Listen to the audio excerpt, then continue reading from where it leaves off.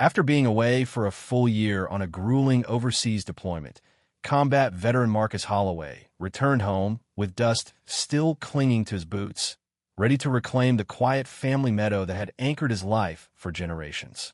What he found instead shattered him.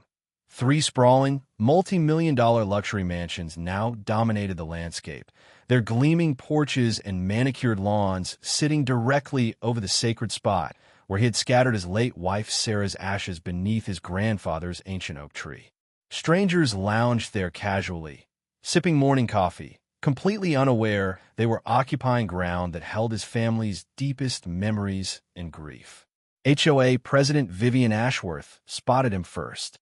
She pulled up in her pristine white Range Rover, flashing the same polished realtor smile she used to close deals, as if greeting a new buyer rather than confronting the rightful owner whose land she'd orchestrated the theft of while he was gone. She never expected him to come back. She was dead wrong. What Vivian and her cronies never anticipated was the one overlooked detail buried in the original 1952 deed, a federal veteran settlement clause combined with an unassuming underground stream that would transform their proudest development project into a catastrophic, ticking time bomb of legal and financial ruin. That single forgotten provision, tied to Grandpa Ezra's GI Bill purchase and protected by layers of federal law, would unleash consequences no local HOA bylaws could override. Marcus's story began years earlier. 3 years prior, he had buried Sarah under that same oak after cancer claimed her in just 8 brutal months. The medical bills had stripped him bare, so when a defense contractor offered him a year-long overseas gig managing supply chains, anything to escape the empty house echoing with her memory, he took it. Leaving the 2.3-acre property unguarded turned out to be his greatest regret. Grandpa Ezra had bought the land in 1952 with GI Bill funds as part of a federal veterans program, turning a modest ranch house in Corner Meadow into the family's unbreakable anchor for 7 decades. Marcus trusted his 78-year-old neighbor, sweet Mrs. Naomi, who'd lived next door since the Carter administration, to keep an eye on things, mowing the grass and tending Sarah's wildflower garden, a certified wildlife habitat.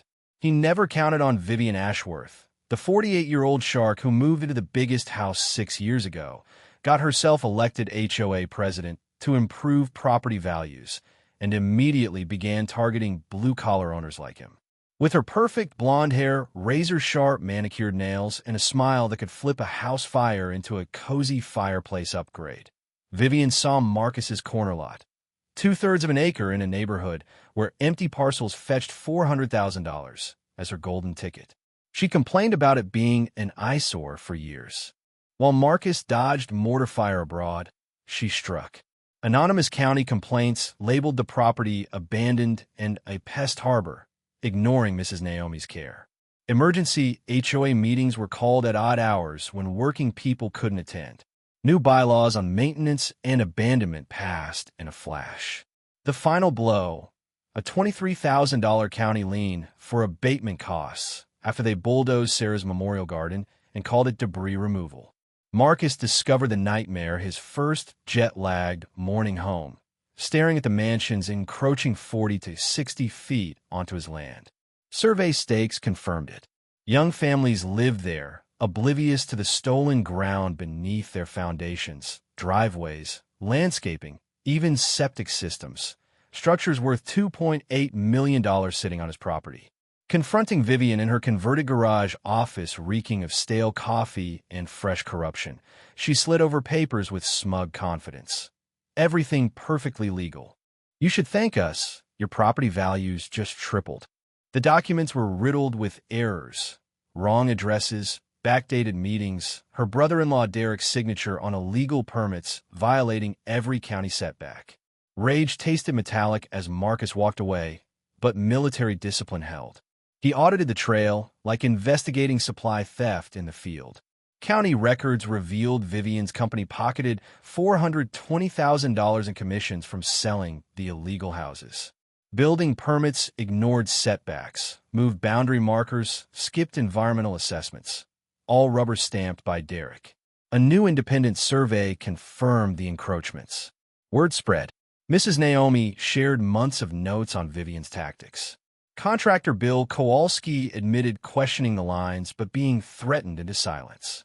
Mansion owner David, a tech exec with twin daughters, knocked desperately. His title insurance was questioning boundaries, banks demanding answers. Marcus showed him the map, 40 feet of encroachment slicing through the living room. "You're not my enemy," he said quietly, "but you're on land that's been in my family since 1952, where I scattered my wife's ashes."